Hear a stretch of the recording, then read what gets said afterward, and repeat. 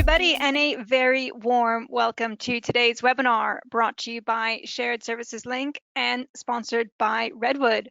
Today, we're going to be looking at 6 milestones to record to report transformation. My name is Sarah Fain, and I am the head of content at Shared Services Link. And I'm delighted to be joined today by Jeff Banker, the Assistant Controller, Accounting Automation at Energy Transfer, and Shaq Akhtar, the SVP of Finance Automation at Redwood Software. You, of course, have a very important role to play in today's webinar as well, and that is just to make sure that you get the most out of your time here. The joy of live events, even virtual ones, is that you can put your questions to the expert and we'll be able to take them in about the last 10 minutes of the webinar. Just to preempt some of the most commonly asked questions, yes, the recording will be available on our site, sharedserviceslink.com, and everybody registered for the webinar will also receive a copy of the slides. And if you like what you hear today, reach out to us, share the word on LinkedIn. We love to hear from you. So let's just take a moment to look at what we're going to discuss and the context for the webinar today. Sometimes in our busy lives, it's nice to take a step back and just have a think about what would it look like if you could actually take the manual work out of finance and the financial close. What could you do if you saved over 45,000 hours in a year?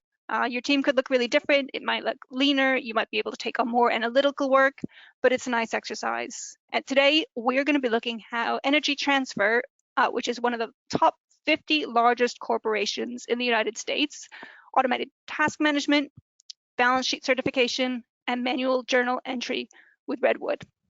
We're going to be looking at explore how they use technology not just to automate tasks, but entire processes, how they freed up 45,000 hours, and importantly, how they kept their implementation on time and on budget. We'll also be sharing the key 6 milestones of their journey. So if you're looking to drive improvements in finance and the financial close, you are in the right place. I'll just touch briefly on what we're going to be discussing today. We'll be sharing a little bit about Energy Transfer and their finance operation, the visions and drivers for change, their approach and proof of concept, how they deployed automation. We'll be looking at the 6 key milestones on their journey, some of the very impressive benefits they achieved, and then we'll be wrapping up with some key takeaways, some insight on how to make the financial close a non-event, and then we'll be taking your questions. But before we dive into the story, we just have a few poll questions, and we'll be getting to these pretty quickly. First of all, we want to understand how many entities you support in your organization. Some of these are large enterprises, medium enterprises, small enterprises. Do you support 1 to 10, 11 to 20, 21 to 30, or 31 or more? So we'll be closing the poll in 3, 2, 1, and the results are coming up on your screen. So a bit of a across the board here, about 33% 1 to 10, 13% 11 to 20, another 30% 21 to 30, and 40% or 31 or more. So just to get a sense of who is on the line today. We're going to browse through a few more quick poll questions just so we know who we're speaking to today. We also want to understand how automated you are across your record to report process. Would you say you have no automation and you're completely manual? Would you say that you have low levels of automation? You've started, but you have a long way to go. Do you have moderate levels of automation? Maybe 50 manual, 50% automated, or you highly automated? And you'd say most activities are automated. Again, getting through these pretty quickly, closing the poll in 3, 2, 1, and the results are coming up on your screen here. So hardly any of you have no automation, that's just 4%. 52% say you have low levels of automation, 36% say moderate levels, and 36% moderate, and 8% highly automated. So one final quick fire poll is up on your screen now, and we want to understand what areas challenge you the most in record to report process. And you can tick all that apply here. Would you say it's journal entry management, account reconciliation and certification, intercompany reconciliations, accruals, provisions, reclassifications, or close process management? So lots of you ticking lots of these. So interesting to see the results come in. And again, I'll be closing the poll in 3, 2, 1. Thank you all for participating, and let's just have a look at those results. Okay, lots of you struggle with lots of these things. Most common one is 77% with account reconciliation and certification. Number 2 is journal entry management. Number 3 is accruals, provisions, reclassifications at 62%, 50% close management, and 42% intercompany. So thank you so much for your patience on those quick fire polls. And with that, I would like to close this down and then hand over to Jeff from Energy Transfer. Thank you, Sarah. Hi, my name is Jeff Bankert. I'm the Assistant Controller at Energy Transfer for Accounting Automation. And a little bit about Energy Transfer. We're a US-based midstream energy company with assets in 44 states and a growing international presence. Our core operations include transportation, storage, and terminaling for hydrocarbon products, natural gas, crude oil, natural gas liquids, and refined products. And annual revenues for calendar 2023 were 78 billion. Talking more about the finance or accounting operation in particular, we have around 250 legal entities, around 700 accountants. Those accountants are based in 2 main offices, one in Dallas, Texas, and the other in Houston, Texas, but we have a half a dozen or so other satellite offices around the US. We had a recent SAP implementation, actually a consolidation. So we went from multiple instances of SAP into one instance of S/4HANA SAP, and that happened a few years back. And then from that foundation, we wanted to, pretty much right after we were done with it, we wanted to start exploring automation. We're a company of not only organic growth, but of acquisitions. And typically with those acquisitions, you bring on a lot of manual processes and different ways of doing things that you have to then start to integrate into your company's primary way of operating. And so there's a lot of automation opportunities there to standardize and bring efficiencies when you're in an acquisitive environment. Our financial close process ranges from 4 to 8 business days, depending on the entity. Most of the entities close within 4 days, but we have some that require actuals instead of estimates, and in order to finalize transactions. And when that happens, the close takes longer. And then just some activity levels around our accounting operation. We have about 4,000 journal entries per month. We have about 3,500 close tasks that we run through task management. And from a balance sheet certification standpoint, we have over 10,000 balance sheet certifications that are due each month. So what was our vision, and what was the drivers for change and for our looking at automation? So we recognized that even though we were in an S/4HANA environment, that we still had a lot of manual work in the organization, and we knew that we could benefit from automation. With that, I talked a little bit about acquisitions. There was a lot of opportunity to standardize processes. We had a lot of variations of similar processes that we knew could benefit from standardizing and streamlining. And it was also an opportunity to kind of re-engineer some processes that may not have been very efficient. And then we wanted to have our accountants, we wanted to turn them from kind of manual data processors to more analysts. And if you think about kind of the 80-20 rule, what I commented on to our senior management was that our legacy environment, our accountants were spending 80% of their time wrestling with data. So extracting data, trying to organize it, group it, create schedules, et cetera, just to get it to the point where they could then spend 20% of their time analyzing, reviewing, and exercising judgment. And we wanted to invert that ratio. So we wanted folks to be spending 80% of their time on analysis, review, and exercising judgment. And so that was one of our goals, or part of our vision for why were we going after automation. So what was our approach? So fortunately, we had strong buy-in up front from both our controller and then also our CFO. So from a leadership perspective, we were all in on looking to automate accounting processes. From a requirement standpoint, we looked for a solution that would not just automate specific tasks, but provide an opportunity for full end-to-end automation of a process. And I'll talk more about that a little bit later.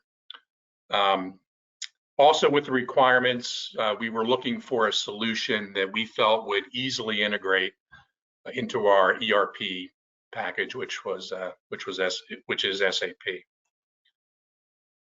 From a scope standpoint, interestingly, initially our scope was really around process automation. But once we licensed the Redwood application, we also started to look at 3 of the 4, what they term pillars of RTR, those being journal entry, task management, and balance sheet certification.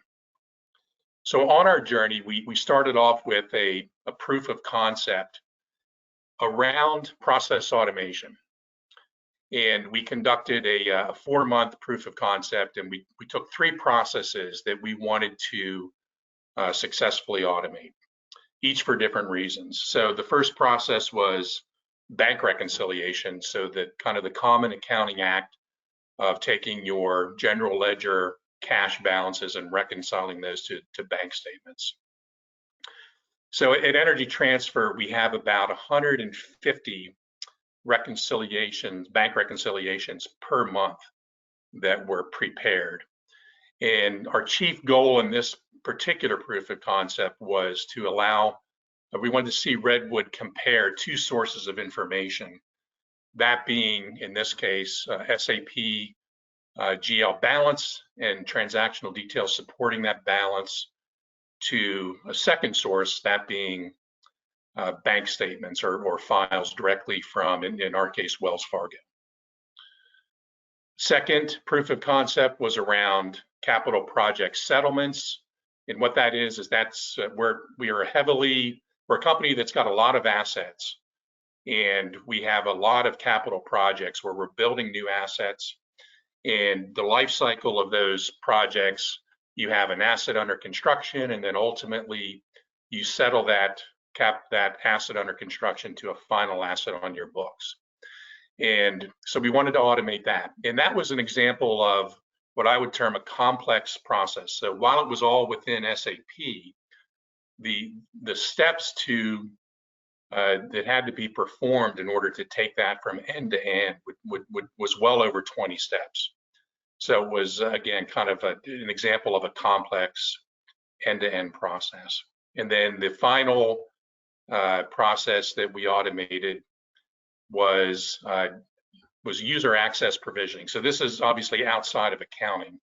We have in our IT shop, our security team is responsible for user access provisioning within SAP. So we wanted to reach outside of SAP, prove that the application, that Redwood could go outside of what we thought was its sweet spot, which was SAP, and go into some other applications that we had, SailPoint in particular, and develop an automation that would automatically provision users with SAP Access if they met some predefined conditions. And our activity level for that was about 120 access requests per week. And we were able to take that process from a legacy standpoint. It had taken someone about 20 minutes of kind of manually, looking at an email and then checking against a list, and then going into our SailPoint system and in reviewing the access that was being requested, et cetera, we took that down to about 10 seconds.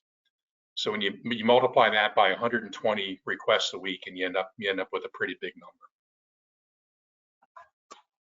So after the proof of concept, we signed an agreement to license the Redwood application. And initially, we continued to go after process automation, but we also started to look at what Redwood calls its R2R pillars, and 3 of the 4 pillars in particular: task management, balance sheet certification, and manual journal entries. And during the course of about 18 months, we took each of those applications from initial design and build out all the way through deployment.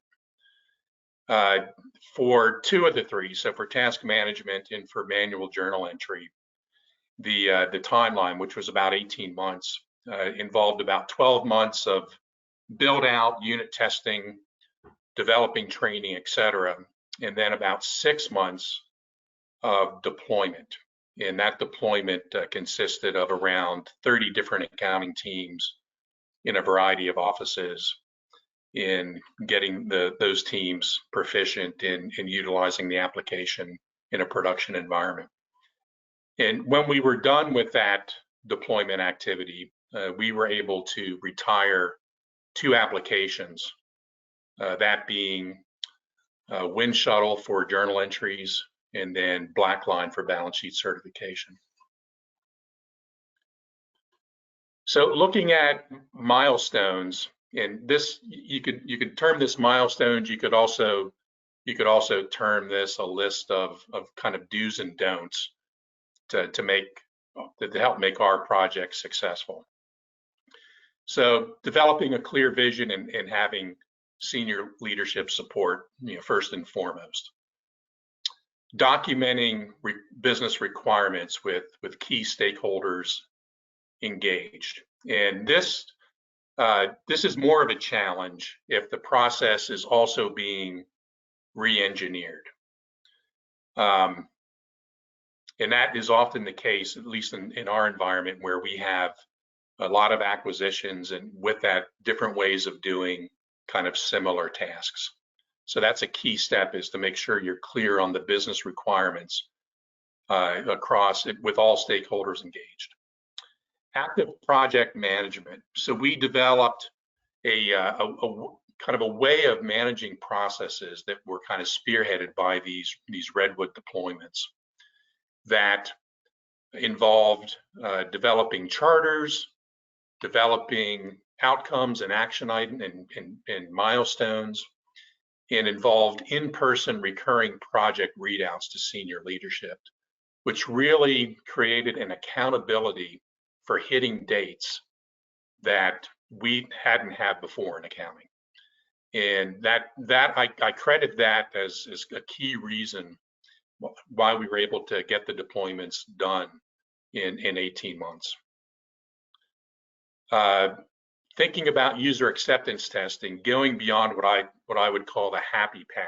So happy path being defined as kind of the easy, most typical thing that you do, and making sure that your user acceptance testing also looks at edge cases, looks at maybe negative testing, things that are out of the ordinary, but happen frequently enough that if you don't have them handled, it's going to create a bad user experience.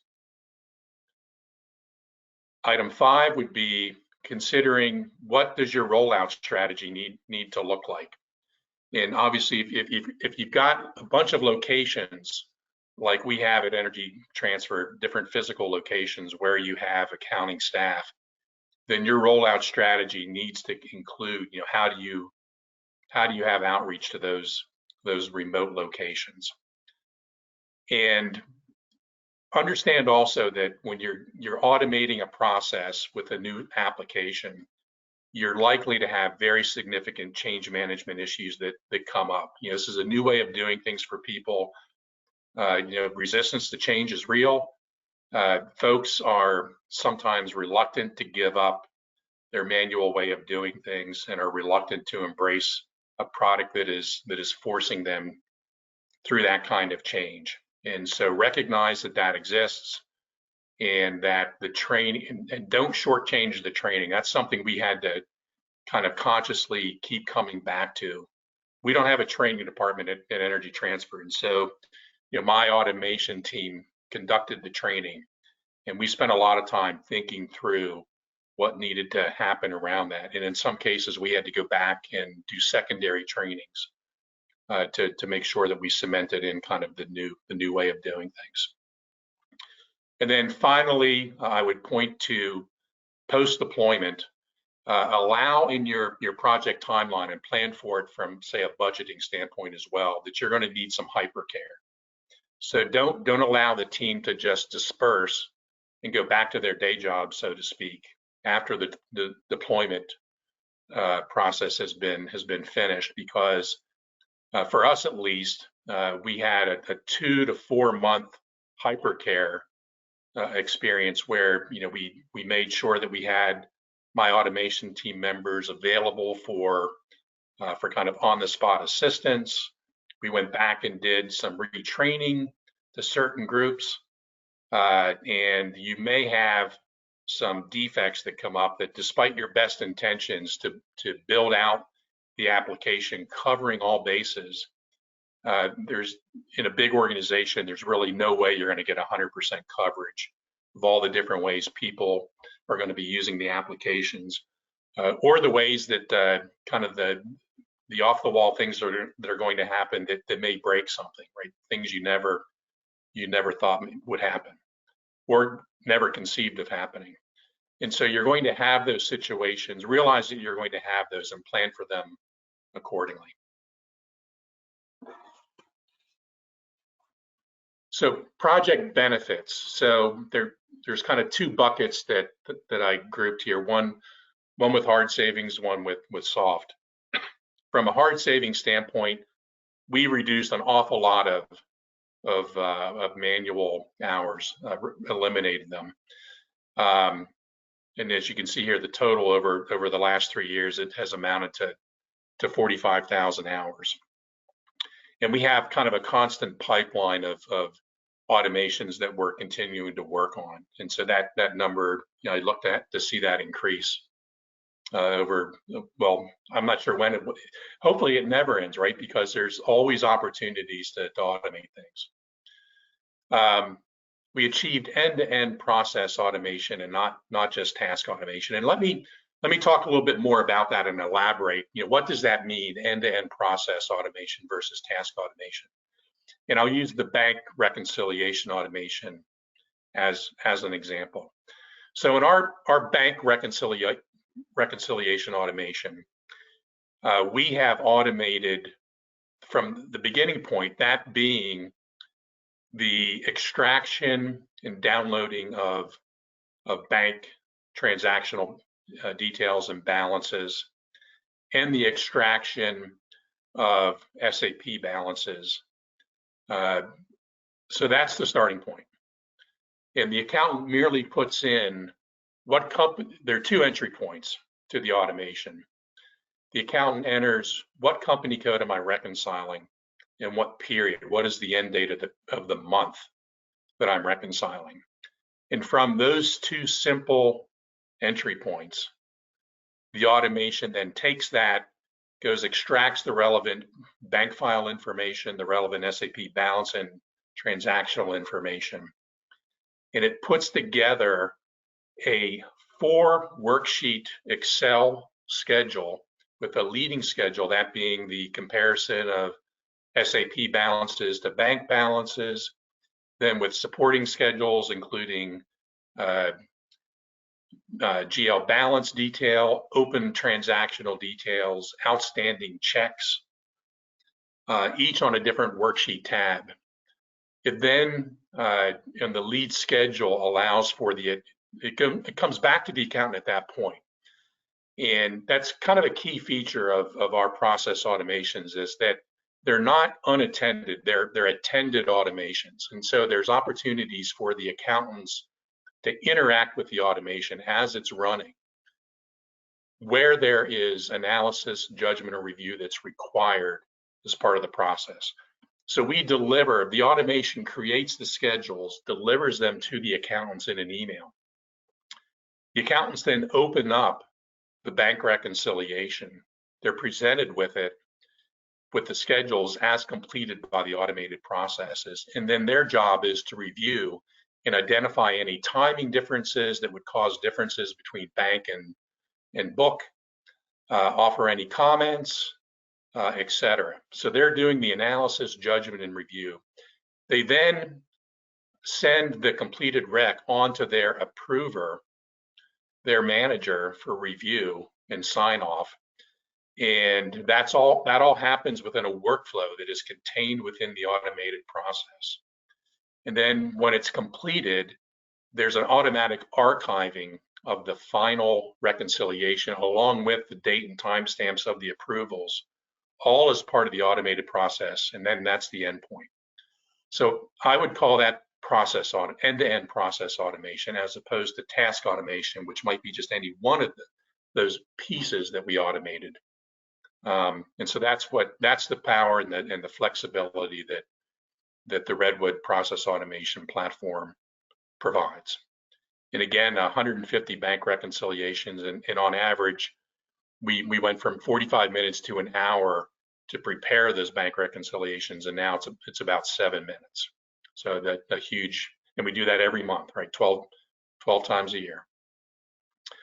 And then retired applications. And so this obviously would depend on your particular contracts and how they're worded, but there may be opportunity for you to either exit out of contracts or to perhaps reduce your footprint. And so from that, there could be some hard savings that you might be able to realize. From a soft savings standpoint, standardizing processes. So let me go back to the bank rec to kind of talk about that a little bit. So when in our legacy environment, we had up to 7 different ways of doing a bank reconciliation. And so, we didn't intend for that to happen, obviously, but that happens through acquisitions and through just kind of the natural churn of employees.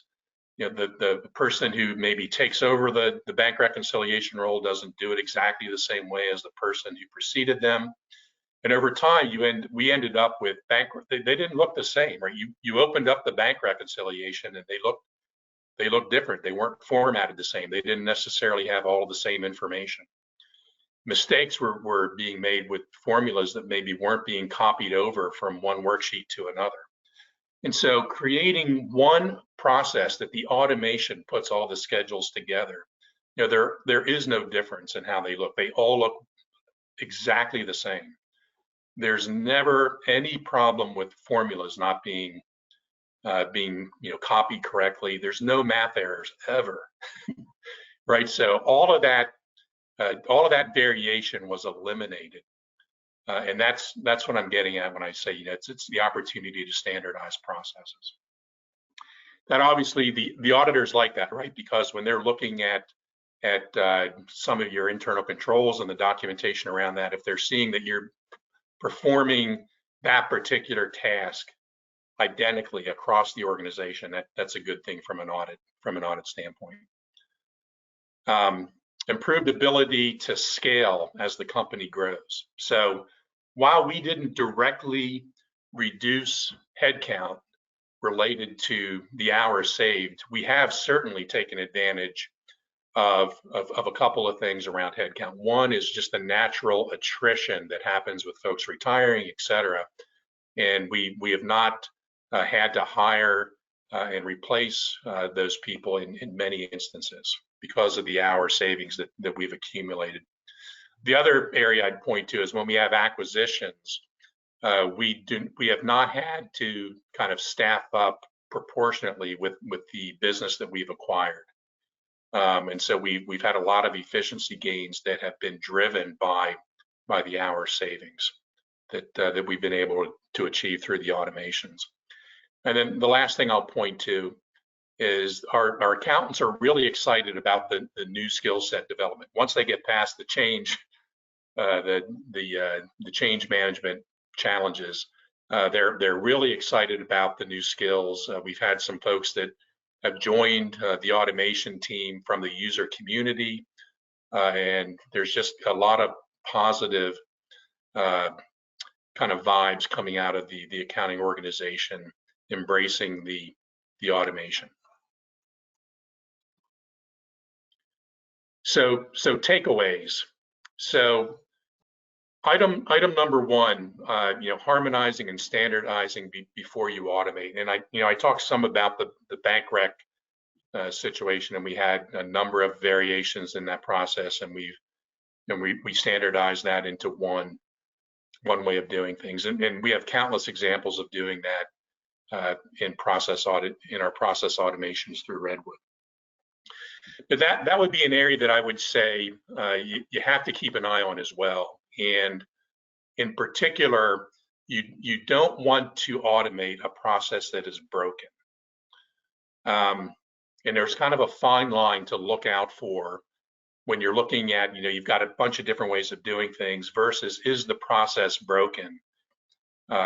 Because if the process, automating a broken process is not going to do anyone any good, and ultimately you're going to have to come back and revisit it. And so you really want to kind of spend some time up front gathering the business requirements, creating that one standard process that everyone is agreeing to, and then from that foundation you start your automation. Takeaway two is just to appreciate that an automated finance function is a real positive and can be a real positive when it comes to merger and acquisition type of activities. Projects around automation can deliver tangible benefits. It's not just soft benefits, but the tangible benefits, including hours saved and how you translate or actualize, the savings in forms of value add work, or just being able to better accommodate acquisitions and or attrition in the workforce. Employees may need to be upskilled. So again, back to the training component of this, realize that is a big piece. The change management aspects are real when you're looking at automation. And it's not only that you're reducing manual work, but you're getting people focused on analysis and review. And if your company is like ours, those aren't skills that they're really used to utilizing on a daily basis. And so there might need to be some training around that, and don't forget about that. And then last point would be just again the importance of project management. It was key for us in being able to realize, getting our projects to the finish line. And holding people accountable, again, is a really key part of that, in my opinion. So, Sarah, with that, I will turn it back to you. Well, thank you, Jeff. And I just want to say, just what a pleasure it's been working with you and sharing the story. I mean, we love to share automation happy stories, but particularly just at the scale of your organization with the number of entities and the revenue, it really is quite a feat to find the right technology for your solution, to implement it on time and on budget and in a way that your employees end up happier and doing the work that humans should be doing, more analytical work. So it's been really lovely to hear your story. We're going to hear a little bit more about the Redwood technology as well with Shaq, but before we do, I just want to touch in again with the audience. I know it's been a little while since we've heard from you, so we just got 2 quick fire polls for you again. We're going to be talking a bit more about closing the books. How many in financial close, how many days does it take for your company to close the books? Is it 1 to 3, 4 to 7, 8 to 10, 11 to 15? Oh no, I've done that twice. There might be 2 options for 11 to 15, so sorry about that. So it'd be great to take your responses, the best match your situation. Closing the poll in 3, 2, 1. And you can see the majority of you, 57%, are closing in 4 to 7 days. Fortunate, 17% in 1 to 3, 17% in 8 to 10, and just 7% is in the 11 to 15 days camp. I've got one more poll just to make sure you're all still with us, and just understand where you are on your record to report, transformation journey. There we go. Do you have a current R2R digital transformation initiative underway? Yes, do you have one that's currently active? Are you maybe looking to plan to start a digital transformation within the next 12 months? Are you maybe looking to start in 2015? Or do you have no plans at this time? I may be having a technical problem with this poll, so I'm gonna hide this one now and see if we can maybe revisit that. But with that, I am going to now bring in Shaq Akhtar from Redwood to talk a little bit more about the financial close and Redwood solution. Thank you, Sarah. Thank you, Jeff. Always a pleasure. Yes, Shaq Akhtar. I'm General Manager here for Finance Automation Business within Redwood. Redwood's objective really is to work with organizations like Energy Transfer and others to make close a non-event, meaning look at the close, what are the bottlenecks and what are the issues, and automate all of that so that the close itself becomes a non-event. Yeah, going to the next slide here, just a little bit about Redwood. We've been around for 30 years. We're deeply embedded in terms of technology like SAP and Oracle. We have 8,000 customers worldwide, 500 plus employees. We are present in most continents. So Europe, US, India, we have a hub, and also Latin America in order to provide the 24/7 support, and also have, as well as Energy Transfer, we have a lot of larger customers working with us. So looking at the close in terms of what we provide, it is not a modular system. It is a single platform that's embedded inside the working with ERPs such as SAP. It's a platform, but in terms of the user experience, the way you implement it, it is like a module. So everything is inherently integrated with each other. So as Energy Transfer is implementing account rec, general entry, and close task management, but there is no hard and fast rule where you start, how much you do, and because it's part of a single platform, every pillar, as Jeff pointed out, what we call it, inherently integrated with another one. So if you have something from account rec, the exception needs to be posted as journal entry. Yes, it is part of the same platform. Same goes for intercompany and other areas. So that's the solution footprint for R2R that we provide. And looking at a little bit more of a close. So our focus is, as you see on the right-hand side, group close. We don't kind of touch that. And account reconciliation, BSR, or BSC, we provide that, as Energy Transfer explained, but we also focus largely on the entity close, which is the middle part of the red area, which is where most of the work is. So when we look at our customers, talk to our customers and general businesses, then 60 to 80% of the entity close are in the areas that are listed below on the right-hand side. And 50% of that tends to be accruals, provisions, and reclassification, which ends up in journal entries. And some of our customers process kind of 30,000 journals a month. So those are the areas we focus on. Our objective is really to squash that time it takes to do the entity close and really bring that time down through automation, but still complying to all of the processes that you would expect, like a journal entry, like balance sheet certification. We're trying to do, we aim to do both. We adhere to all of the compliance requirement, and we provide automation to save the time, therefore providing time back to the employees for analysis, as Jeff mentioned.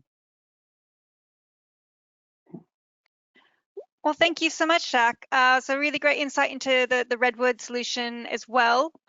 We are going to take some questions, but I just want to put a, just in case you want any follow-up, just to help us tailor the follow-up. If you would like a demo of Redwood solution, feel free to answer this. I'll just keep this up for a minute as we go into our Q&A. So Jeff, I'm going to put the first question to you, and then Shaq, I'm sure you'll want to chime in as well. It's been asked, what was the key differences that you identified between the Blackline tool you were previously using and the Redwood solution? Yeah, so a key difference for us would be an ability. The Redwood tool offers an ability to bring in open line item details. So we're not merely bringing over the ending balance for the certification, but we're also bringing over open line items. But we're being smart about that. So it's where the account is open item managed in SAP. So in other words, where there's clearing activity and old line items are being kind of retired, so to speak, within SAP, we're only bringing over the active balances. So that being able to see that transactional detail, what makes up the balance within the certification GUI of Redwood itself is a real positive. There's also an ability within the user interface in Redwood to pivot the balance based on things like document type. There's an automatic aging that happens. There is an ability to add different ways to slice the data. And sometimes, having that ability to look at the combination of aging and then maybe document type opens up some, different way of looking at the balance than you were able to maybe, or may not have been apparent before, right? So there's some advantages there.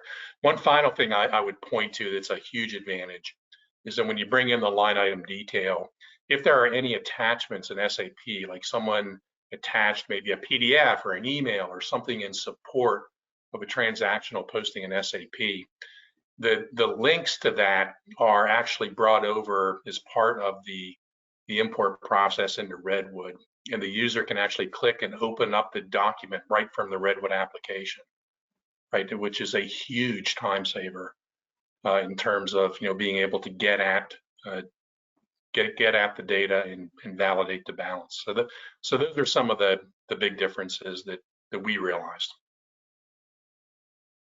Thank you. And Shaq, do you want to speak to some of your kind of unique selling points and what differentiates Redwood in the market? Yeah, I mean, the question was very specifically to BSC balance sheet certification, and this applies to journals and accruals. So another couple of companies, Siemens and Schneider Electric, they're large conglomerates. They're also replacing BlackLine with Redwood. And the main area was that with BlackLine, they found that the majority of the preparers work, which is 70% of the work, remained manual using Excel, etc., and then uploading that for compliance, whereas Redwood actually took care of that entire end-to-end process within the concept of balance sheet certification, doing the preparers work as well as the approvers and reviewers. So that was one main reason Schneider Electric and Siemens are replacing BlackLine with Redwood. And in the area of journal entry, the same. So journal entry BlackLine is very good for compliance and journal entry management, but all of the work that is done by the business in preparing the accrual is really 70% of the work. So in Redwood kind of takes care of that.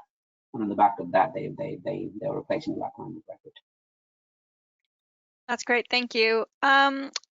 Jeff, question for you. This kind of came up when you're talking about some of the edge cases that you're testing for and preparing for. Could you elaborate a little bit on some of the things that you were testing for, or what you might recommend somebody testing for if they're looking to some kind of similar implementation? Yeah, so that's a tough question to answer because it's so dependent on the specifics of your organization and what it is you're automating. But I would say, as an example, with journal entries, some of the edge cases around that would be looking at attachments that people are placing onto the journal entry in terms of support, and what is the file size of those attachments. Okay. And so that's something that maybe wouldn't be commonly thought of, but we had cases where people were trying to attach 10, 20, 30, 40 megabyte files in support, and which created a problem. And so that would be an example of don't just have like a simple someone attaches a PDF that they have and as an example or something, and it's just this very simple thing. It's not a realistic example. That's maybe another way of saying edge cases is go after realistic examples from your user community and examples of people that are heavy users. One other thing I'll point to is we have a couple of accrual entries at quarter end that, because they're posted at kind of a shared service level across all 250 entities, the entries are like 20,000 lines long, right? So, and they have intercompany postings, as part of the entries. So don't just do 2-line entries in your testing, right? But go after some of the most complex examples of journal entries that you have and make sure that what you've built, appropriately handles those complex cases. That's great, thank you. Shaq, I think I'm going to put this question to you. On the journal entry preparation, like accruals, provisions, etc., how does the Redwood automation work? Could you give some more insight on that, please? Yeah, so I think if you think about, and a good example would be leave accrual. I mean, there could be any where the data has to be extracted from systems, perhaps maybe more than just SAP, and Jeff used some examples of that going outside of SAP. So you have to go to payroll data, you have to go to HR data to get the information. Then you have to do lots of macros, Excels, and so on, send it for approval, and finally get it to a point where you can update a journal entry, which maybe gets processed by shared services, GBS, etc. That act of going directly into those underlying sources of data, converting that, performing the transformation, and we have a powerful calculation reconciliation engine, which converts that into a journal figure and automatically populates a journal. That figure can then go through the same approval level as if you were attaching that manual journal. So that's kind of, when you say it sounds simple, that part of getting the data, manipulating data, doing the calculation is 70% of the work. And the fact that it's automatically populating the same journal template and going through the approval process, what you've got now is, as Jeff mentioned, the end-to-end auditable process. From auditor's perspective, every single process is captured. When you're doing it manually, all of those things are on people's hard drive, emails, etc. So that's what we mean by preparation of accruals and provisions, directly from the applications, underlying sources, and preparing all of the data, but still doing the compliance and checks from approvals and 4 hours principle. Okay, great. Thank you. We are kind of getting close to the end of the list of questions. So if you do have any more questions, now's the time to put them in the box. Shaq, another question for you. Can you talk a bit more about Redwood's kind of proof of concept, whether this is something you do for companies or just large enterprises? Can you just talk us through a little bit more about the proof of concept stage with Redwood? Yeah, I think it's like any POCs, right? You have to be a realistic scope, but pick a scenario that is going to validate your questions around the solution. So just picking a really simple case doesn't work because people don't believe the outcome because it's too simple. If you pick the largest process, which is going to take you months, then you lose momentum. So I think key is to pick a scope. And then, yes, we do that as regularly. Proof of concept is a normal thing for us. But we kind of drive that, hey, think about realistic scenario, but think about the scope. So it's not going to take months and months. Otherwise, you just lose the momentum and you just don't get there. Okay, great. Thank you. Probably another one for you, Shaq, is what's your experience about the platform, the Redwood platform versus point solutions? So how unified are your pillars? They're one platform, really, really simple. There are no modules. So simple things like you don't have to sign in and sign out. I mean, you've got this roles and security, etc., allowing people to not access different things, but you're not having to sign different modules because there are no modules. If an intercompany reconciliation generates an exception and you want to post the journal, it will automatically create the journal, accrual, post it, and reverse the next experience. It's that integrated, so it is inherently integrated because there is only one platform. There are no modules. But from a user experience point of view, it will look and feel like their world, whichever pillar you go with. Great. Shaq, there's another one for you probably as well. Is Redwood also helping to automate subjective journals which requires some amount of judgment? Yeah, so I think it's more about having the end-to-end process that captures the subjective part. So we can collate the data, bring the data information for judgment. And if you change that as a result of, so you're not having to run around collating the data, we'll bring in a form where you can review it, you can change it, and then Redwood captures what Redwood calculated and what you changed and what was actually posted. So yeah, absolutely. There are genuine provisions and some accruals, not all accruals. People do think everything is a science. It actually isn't, because accruals has already happened. But some provisions do require a judgment, and we absolutely cater for that. Yeah. Yeah, Shaq, if I could maybe add to that, I think that's a use case for a process automation that would then feed into a journal entry, right? So the application, you have the journal entry template, so to speak, but if you need to build up some kind of analysis that precedes the posting of that entry, then in my mind that would be where you would separately develop kind of a custom process automation, with the end result of that automation being the posting of the entry. Yeah. Right. So yeah, Jeff, I probably just want to probably wrap up with just if you have any more tips on change management, especially in such a large enterprise. You mentioned it was a big thing for you. Is there anything that you found particularly helpful to get people to change their mindset and adopt new technologies, even when they are a bit reluctant?